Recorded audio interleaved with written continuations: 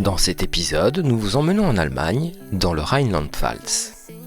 Aujourd'hui, nous partons découvrir la charmante ville de Cochem et son château, le pont de Gaialai, deux charmants villages, ainsi que le château d'Eltz.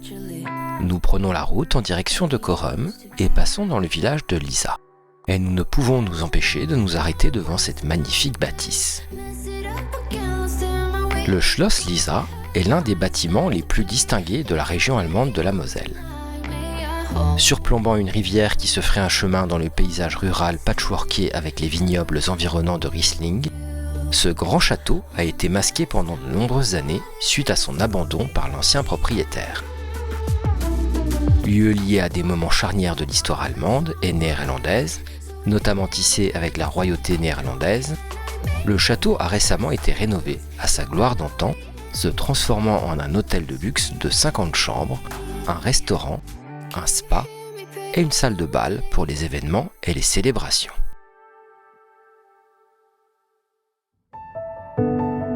Nous reprenons la route en direction du château d'Eltz et passons par Bernkastel-Kues, qui est une petite ville située au bord de la Moselle. C'est un des lieux de villégiature préférés de la vallée de la Moselle et un endroit idéal pour un week-end ou un séjour dans la région Rheinland-Pfalz.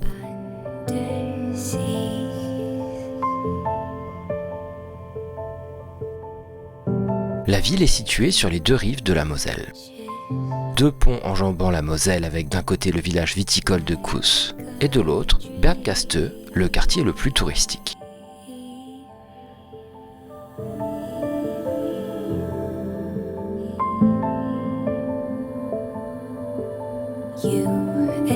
Juste après avoir traversé le pont, nous trouvons le musée de vin de Moselle. La vinothèque est située dans les caves voûtées de l'hôpital Saint-Nicolas et est la plus grande vinothèque au monde pour le Riesling mosellan. Plus de 150 vins différents de la Moselle peuvent être dégustés et achetés ici. Nous arrivons maintenant dans la vieille ville et Allemagne oblige, nous faisons une courte halte pour manger une saucisse fraîchement grillée et reprenons notre marche pour la découverte de la vieille ville. On découvre ses ruelles historiques, de magnifiques maisons médiévales à colombages et cette place du marché qui nous envoûte par son charme typique. Elle a été construite au Moyen-Âge. Le travail en filigrane du treillis de la fontaine, les ornements et les poutres colorées des maisons à colombages, les girouettes artistiques sur les pignons des toits ou bien l'hôtel de ville Renaissance témoignent encore de la prospérité et de l'histoire passée de cette ville. On aperçoit même une maison qui affiche les niveaux d'inondation en fonction des époques. Impressionnant. Nous arrivons maintenant sur la fontaine des ours qui autrefois approvisionnait les maisons en eau potable par le Pütz. L'ancienne fontaine a subsisté jusqu'à sa démolition en 1899 et l'actuelle a été érigée en 1968 sur le même site. Le sculpteur Johannes Scheal de Wethle a immortalisé l'animal héraldique de la ville, commémorant ainsi l'ours historique Pütz. Nous continuons notre visite de la ville avant de nous diriger vers Traben-Trarbach.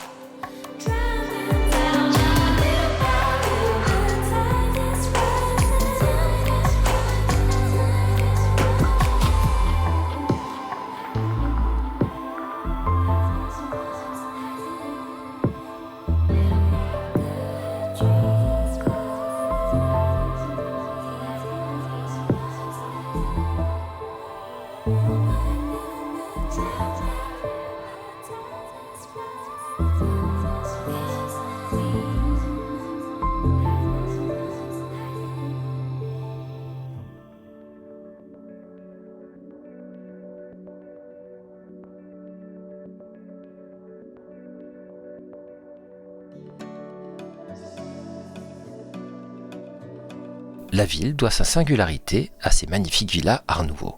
On y découvre d'ailleurs un bel exemple sur la rive sud du pont, à travers lequel nous rejoignons la vieille ville de Trarbach, qui a été conçue par l'architecte vedette de Berlin, le professeur Bruno Möhring. Et nous découvrons de magnifiques bâtiments Art Nouveau, comme le Bahnhof Traben-Trarbach, qui est la gare ferroviaire de la ville. La gare a été inaugurée en 1905 après la fusion des deux villes de Traben et Trarbach en 1904. Elle a été construite dans un style Art Nouveau et est considérée comme l'une des plus belles gares ferroviaires d'Allemagne. Aujourd'hui, elle est toujours en activité et dessert des trains régionaux et locaux. Au tournant du siècle, vers la fin du 19e et le début du 20e, Traben-Trarbach était la deuxième plus grande ville de négoce de vin en Europe après Bordeaux. Grâce à ses liens étroits avec la Prusse et son statut d'enclave protestante sur la Moselle, principalement catholique, la ville était idéalement placée pour mener des activités lucratives de négoce de vin. Initialement, les vins étaient exportés vers les pays européens voisins et d'outre-mer. La prospérité et la richesse considérable générée par le commerce du vin ont constitué la base d'une construction de nouveaux bâtiments.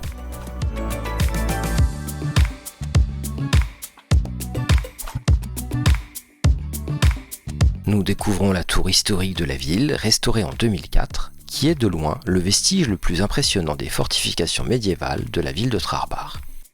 Aujourd'hui, la tour qui était à l'origine un étage plus haut, sert de tour de guet dont la plateforme offre une vue magnifique sur les toits de la ville double.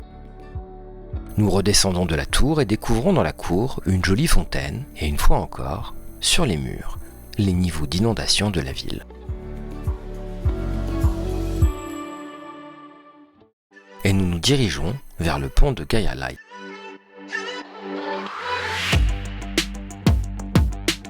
Sur la route, nous croisons une chevrette. Et tout comme elle, nous nous arrêtons pour la regarder avant que celle-ci ne s'enfonce dans les bois. On ne peut accéder au pont qu'à pied depuis les villages de Morsdorf et Sosberg, où il est possible de se garer. 2 circuits sont possibles, le circuit circulaire court de 3,6 km ou le plus long qui fait 5,5 km. Nous choisissons le court. Depuis son ouverture en 2015, le pont de Gaialai a attiré plus d'1 million de visiteurs.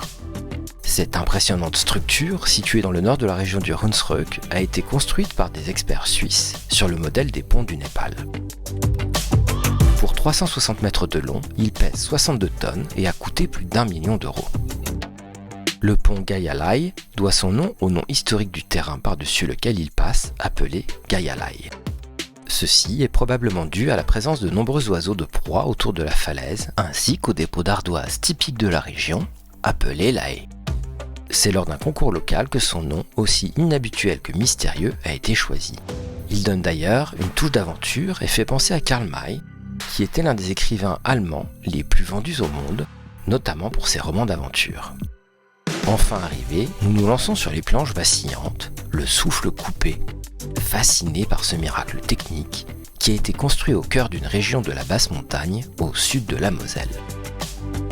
À chaque pas, le pont suspendu vacille un peu plus et la hauteur qui le sépare de la vallée est de plus en plus importante. Au milieu de la gorge, près de 100 mètres nous séparent du sol.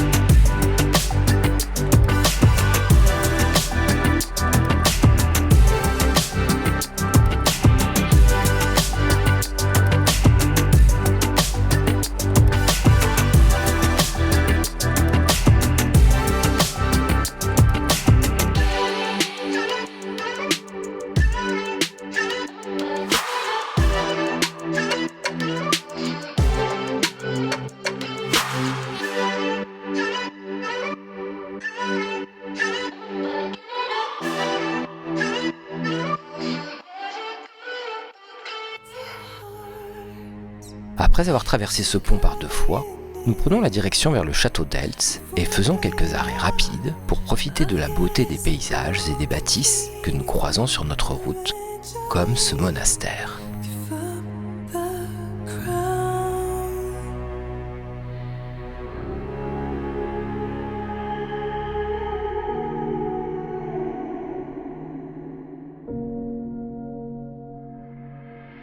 Love and lives and memories, I only see you in my dreams. A dungeon deep inside of me, never to escape.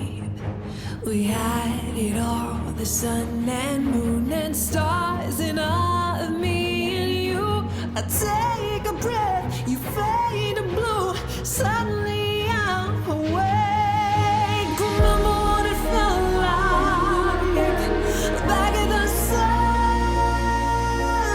when we were living with fairy tale hearts. Wish I could write the ending before it played out. I guess the broken king and queen eventually give up the crown.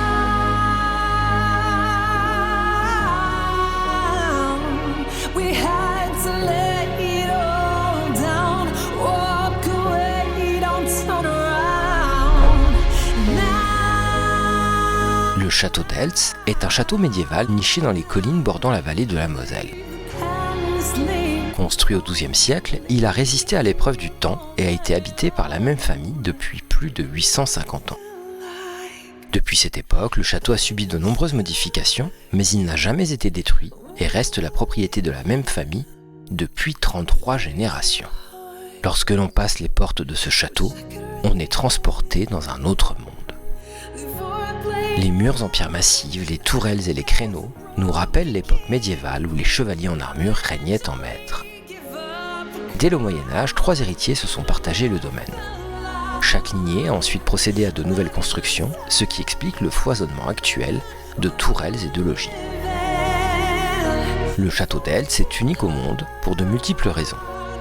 Il a survécu à toutes les guerres, il fait partie du patrimoine de la même famille depuis son origine, et son architecture et ses aménagements intérieurs reflètent 9 siècles d'histoire. Les salles décorées avec goût, les cheminées imposantes et les tapisseries colorées vous transportent dans l'histoire riche de cette région.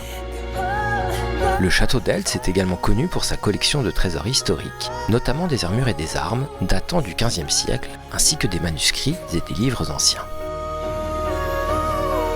Nous ne pouvons que vous encourager à venir découvrir l'un des trésors les plus précieux de l'Allemagne et de plonger dans le monde médiéval fascinant du château d'Eltz.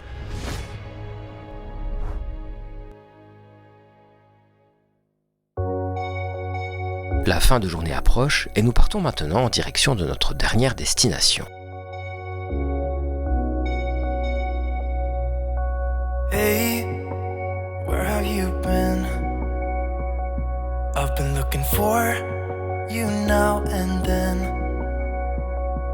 Someone just like you who can make me Nous arrivons maintenant à Cochem et apercevons son château situé sur une colline surplombant la ville et offrant une vue imprenable sur la Moselle et les environs.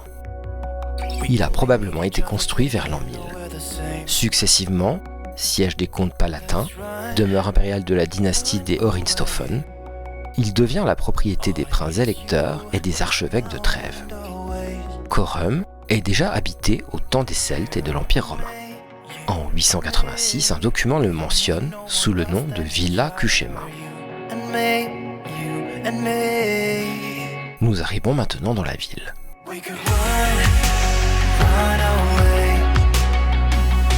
Celle-ci est cédée à la principauté archiépiscopale de Trèves par le roi Adolphe de Nassau en 1294 et restera dans l'électorat de Trèves jusqu'en 1794 lorsqu'il passe sous occupation française.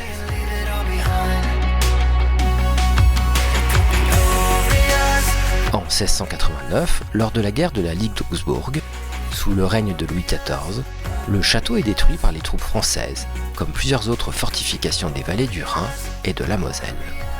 Cochem et son château sont occupés et gouvernés par les Français lors des guerres napoléoniennes.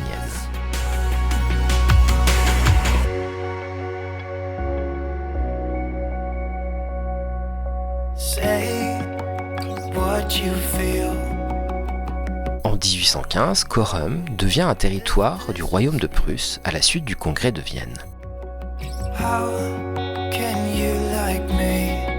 Au XIXe siècle, Louis Ravenay, un industriel prussien, rachète le domaine et entre 1868 et 1877, il entreprend la reconstruction du château en style néo-gothique, d'après d'anciens plans, et l'aménage confortablement.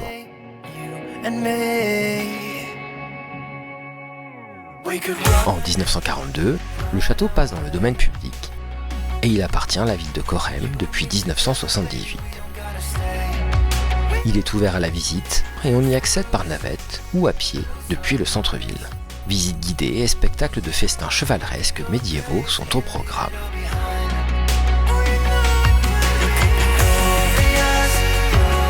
La ville elle-même est un bijou architectural avec des rues pavées, bordées de maisons à colombages colorés. Et nous y flânons jusqu'à la tombée de la nuit avant de ne trouver un restaurant pour y finir notre journée qui a été, il faut bien le reconnaître, bien remplie. Jamais nous n'aurions pensé voir autant de belles choses dans cette région et ce voyage a été une véritable surprise. Cause if I'm the ocean, you're the rain. We only need each other, baby, you know where the À bientôt pour de nouvelles découvertes.